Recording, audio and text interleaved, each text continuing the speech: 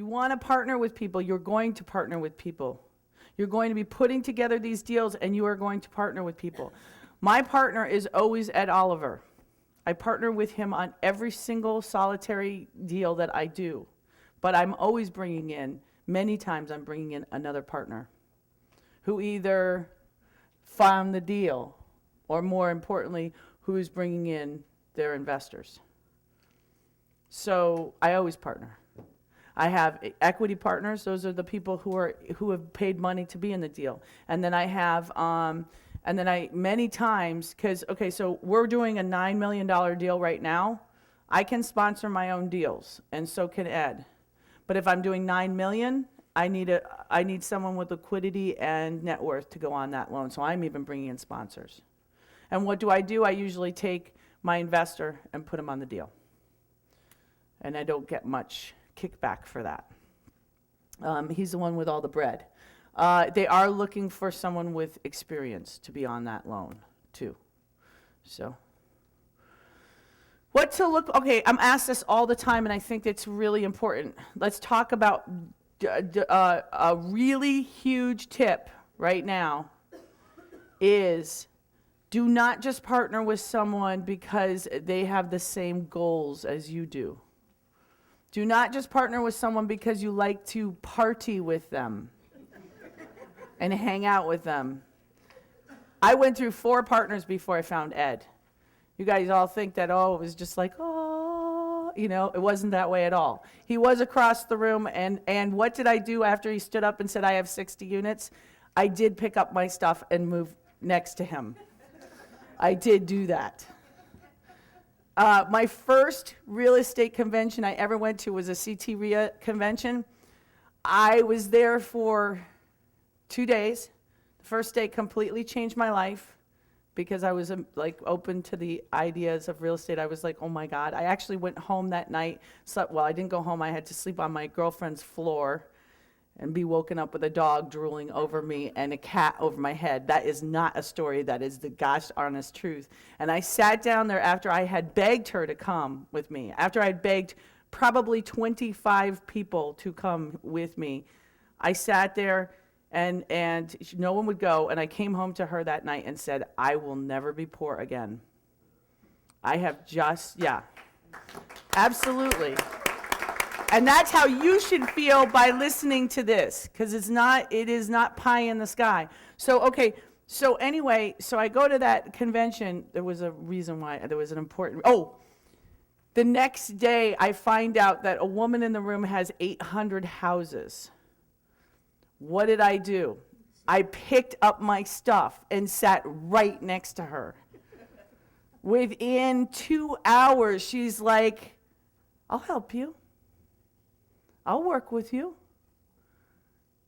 And you know what she said to me?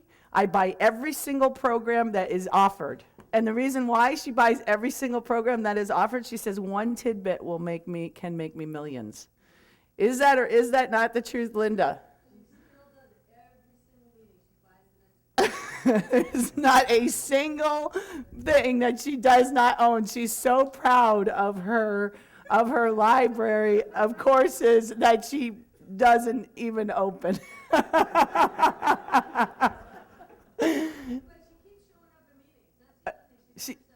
She's in her 70s and she keeps showing up at meetings.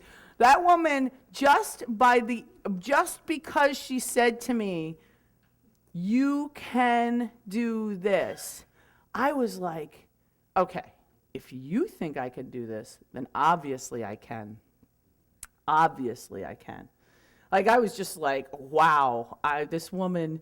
And now, by the way, she would have been the least likely person in the room that you would think would own 800 units. No one was saying anything about her. No one was, and people weren't even talking to her. I was like drooling. Drool was coming out of my mouth. I really want to talk to you. I was just, and this is what I do. It was no fluke that I sat next to that guy on the airplane. That was not a fluke. I do it every time. Every time I figure out who in here I should, and now I just, unconcerned, I just sit down next to anyone, When I would go to Dave's boot camps or my own boot camps, I try to get as many people at that table as I possibly can for lunch so I can meet them. All right. So what to look for in a partner? You really want to look for someone who completes you. Someone who does those things that complete you, you know? All right. Where to find a partner? Boot camps, coaching programs, RIAs. How to interview a potential partner. Let's talk about that. What is it that you are good at? I think, do I have the questions in there? Good. Okay. All right. So let's talk. What page are we on? 74. Okay. Are the questions in there that I? Okay. No. That's it. Yeah. Okay. All right. So listen. This is one of the most important things I can tell you right now. It's a very big nugget. When you partner with someone for the first time, partner with them on a deal-by-deal basis, period. That is the beauty of real estate. My partner and I did not have a partnership agreement until we owned 400 units. Now, I'm not suggesting that. But let me say something. Every single one of our deals had an operating agreement which described what we owned and who did what. So I did have an agreement, but I never had here we are a partnership, and guess what? 1,500 units later, I still don't have here we are a partnership. I have an operating agreement for our deal and our business. So I guess that constitutes the agreement. But I've never really read it. Because we know I bring 50% of the work into this equation, and you bring 50% of the work in this equation, and it's seamless. But you should, when you are sitting down and you're interviewing a partner, you should interview them like you are a CEO of your company, and they are the CEO of their company. And what do you need in a partner? How can you be with a partner? How can you work well with them? And identify how you're going to do it. There's a lot of things I want to say here, so let's dive into this. Potential problems with working a partner. I went through 4 partners, one of which I spent 9 months putting together a partnership agreement with her. It was so annoying. I wanted to puke. She's like, we have to figure out our divorce before we. I understand that. That's fine. Okay, but come on, let's just get to work here. And luckily, I met Ed at the exact same time and had started working with Ed. I finally found a great partner. Have it in writing plan for the divorce. So I do recommend that. I do recommend having it in writing. I do recommend at least a back of the napkin description. That's what it's actually called. Back of the napkin description of who's going to get what. But sometimes it's hard to understand what that is until you actually have something. Oh, I found a deal. Okay, so how are we going to partner with this? All right. This is, I do a 50-50 split with my partner. He owns 50%, I own 50%. However, you can do an equitable split. Now, let's talk about this. If you're doing a 50-50 split with your equity partners, they own 50%. That's the person who's bringing in the money. Your company owns 50%. We're going to call that the company dollar. Okay? That way you can change the carve out of that company dollar, because this is what's going to happen. You're going to get a deal under contract and it's going to change because now you need more money, or there's something that happens. So now you got to give a little bit more of a carve out to that equity partner. Okay? But that won't affect you in your arrangement with your company. Right? So this is a good company carve out.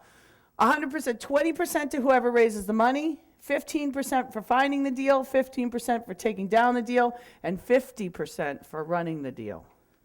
Because now you're working on this deal for 3 to 5 years. And you need to give a good portion of it to that. Now, this is just a suggestion, okay? And you can carve it up any way you want. But it does make people accountable for doing it. Because what you're going to do is you're going to say, oh, I think you might be good at raising money. So you raise the money, I'll look at the deal. And then that person doesn't raise any money, or they raise maybe half of it, and you have to go out and raise money.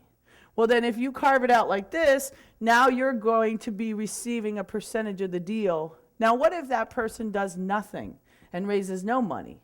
Then they don't get that portion of the deal, period. So you can do an equitable carve out, or you can do a 50-50 split. For me, the 50-50 split works because of my partner. But because we bring in other partners, sometimes we give them portions based on this. Now, I have a lot more experience than a new person coming in, typically. I can take down a deal. I can do a lot of things that a new person probably can't do.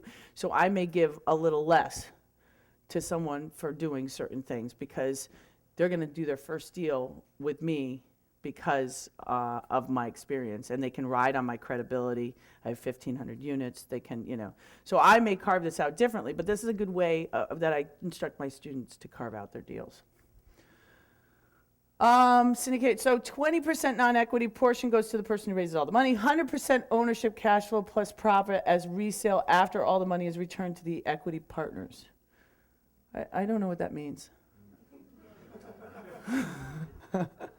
Okay, so you don't.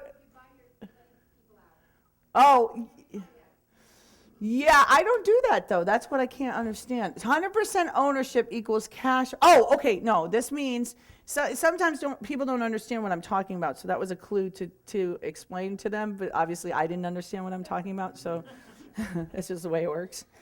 So what that means is if I bring in an equity partner, and they own a portion of the deal, they own 50% of the deal, and I own 50% of the deal, that means that equity partner or partners gets 50% of the cash flow, 50% of the profit at sale, but I pay them back first.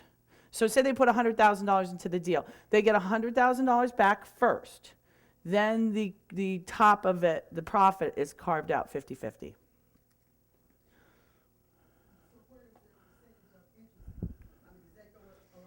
So where does the percentage of interest come from? So they get so what happens is every quarter they get a cash flow distribution. They get whatever that is, and then I get whatever we own. Okay? So and then that's how they're paid. They don't get a set interest rate. I try to stay away from that. That's called a preferred interest. I try to stay away from that because if they're going to be equity partners and it's a great deal, then I don't want to do a preferred interest. I want them to have some risk as I do because they're going to get a much bigger return as long as it's a great deal, and that's what I'm instructing you all to do. They'll get a better deal if they're equity partners and if they're whatever. So I look for properties with at least a 12%. I actually look 16% cash on cash return. And you're looking to get 7 to 8%, really 8%, back to your investors in cash flow per month. I'm sorry. Woohoo! Do you guys understand what that means per month and per year? Because I didn't. I went to this angel investor group. Angels, I would not call them.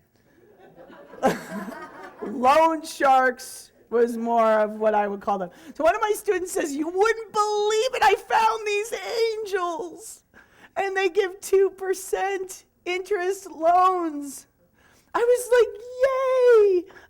I put together this big, presentation, and I'm all ready, and I already own 1,000 units, so I'm not dumb. Even though I was like, I said it to him like 6 times. Are you sure? This doesn't make any sense. There's no way they're really that angelic. that they're going to give me a 2%. No, really, they just want to foster entrepreneurialism. I'm like, then I took took a hit off of that nitrous. Oh, yay, that's great, or helium balloon. That's what I meant to say.